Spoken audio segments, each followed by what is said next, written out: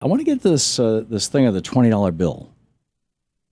There's this talk, there is actually serious talk in Washington, D.C. and in the Obama administration about taking Alexander Hamilton off the $10 bill and replacing him with a woman. And the question has been, who should the woman be? And my vote would go to Harriet Tubman. But that said, my vote would not go for the $10 bill. First of all, the $10 bill is one of the least used pieces of paper currency we have. The 10 and the 50 are the two least used. The most used is the 20. Second is the 5. Third is the 100. And so, and then you get to the 10 and the 50. So the thinking, I guess, is, well, if we're going to put a woman on a bill, let's which is a disruptive thing, right? Because you're printing new bills. Let's do it with the bill that the fewest number of people use. I think that's lousy logic. We changed the picture of Andrew Jackson on the 20 from one that used to look like Andrew Jackson to one that now looks like Henry Fonda. We can change the picture again to Harriet Tubman, no problem. So why get rid of Andrew Jackson? Well, not only was Andrew Jackson, I've talked about Andrew Jackson in the past in some of my rants about the Supreme Court in almost an heroic way, and it's really, I don't mean it that way, but to the best of my knowledge, the only two presidents who have openly defied the U.S. Supreme Court have been Andrew Jackson and Abraham Lincoln. Abraham Lincoln did so when, in Dred Scott, the Supreme Court said people are property if their skin is of a certain level of darkness. And Abraham Lincoln said, no, we're going to ignore that, and we're going to issue the Emancipation Proclamation where, Roger Taney can go to hell. Or Tawney, I guess is how it was pronounced back then.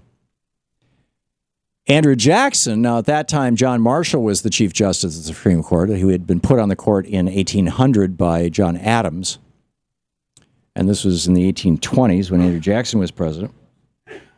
Andrew Jackson famously took the Cherokee, who, by the way, had achieved a very high level of sophistication as by Western standards. I would argue that and in fact, I wrote an entire chapter about this in my book, The Last Hours of Ancient Sunlight, that all of the Native American tribes across the United States were incredibly sophisticated in a sociological sense, in a cultural sense, and in their understanding of governance and government and culture and society. But the Cherokees in particular, they had a written language. They published their own newspapers. They lived in houses. They had adapted. They had learned from the Europeans, and they were adapting many of these things that they had learned. And they lived in Georgia, among other places. And Andrew Jackson said, get them the hell out of the South and take them to Oklahoma and dump them there. Oklahoma is a word that in one of the Native American languages means place of refuge, or maybe dumping ground, I don't know. But so we had the Trail of Tears. And the Cherokee sued at the Supreme Court, and John Marshall, the Chief Justice of the Supreme Court, on behalf of the majority of the court, in the Trail of Tears case, said, no, you can't do that. You have treaties with these people. They have a right to stay here on this land in Georgia. And Andrew Jackson's famous response was, John Marshall has made his decision. Let him find an army to enforce it. And Andrew Jackson ordered the army to uproot the Cherokee from their homes in the Southeast and move them to Oklahoma. And, many of them, maybe most of them, died on the way. It was just a brutal march by soldiers on horseback, Indians on foot. But now I want to share with you, as the late, great Paul Harvey used to say, the rest of the story. And I learned this from Steve Inskeep, the NPR writer or commentator, who wrote a piece for Politico magazine. And I'm pretty sure it's still up. This was published on the 4th of July. And I printed it out back then, and I've been waiting for a moment to share it with you.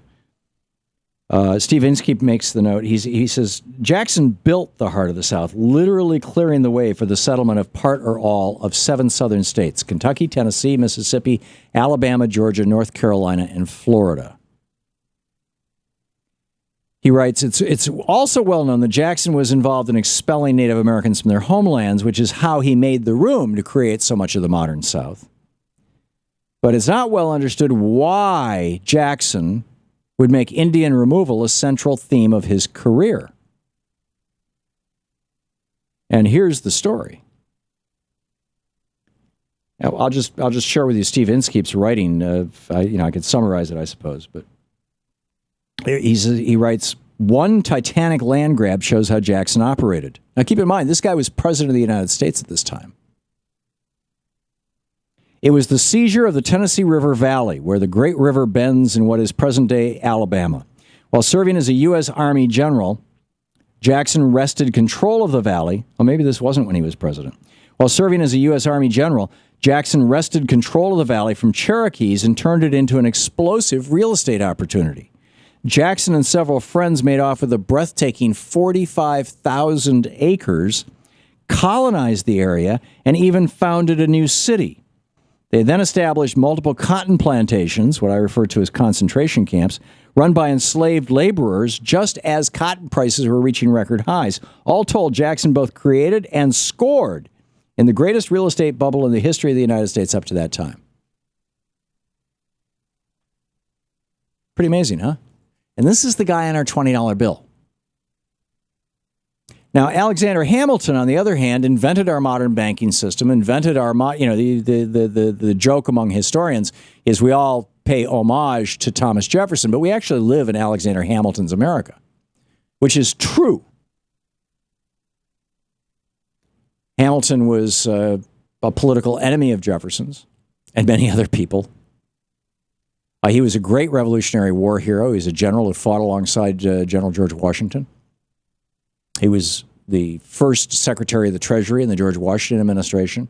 And it was Alexander Hamilton, and I lay this out in the introduction in the first chapter of my book, Rebooting the American Dream, in excruciating detail, including some substantive quotes from Alexander Hamilton's proposal to Congress in 1791.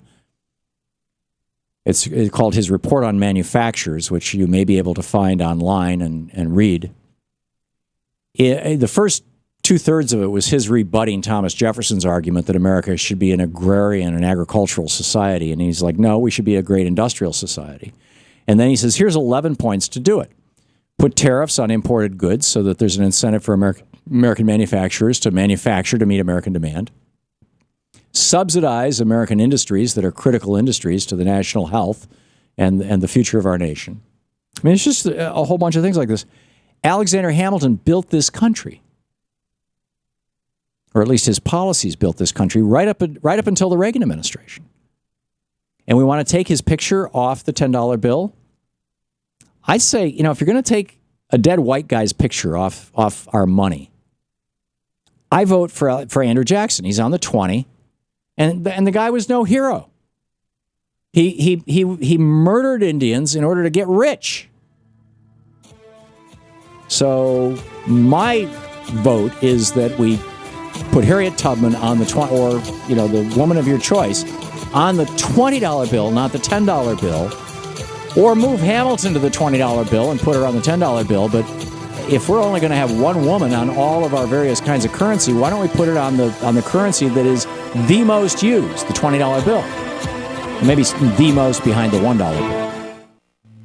This is the Thom Hartmann Program. I think any effort to get George Washington off the $1 bill, though, is going to encounter some serious resistance. We'll be back.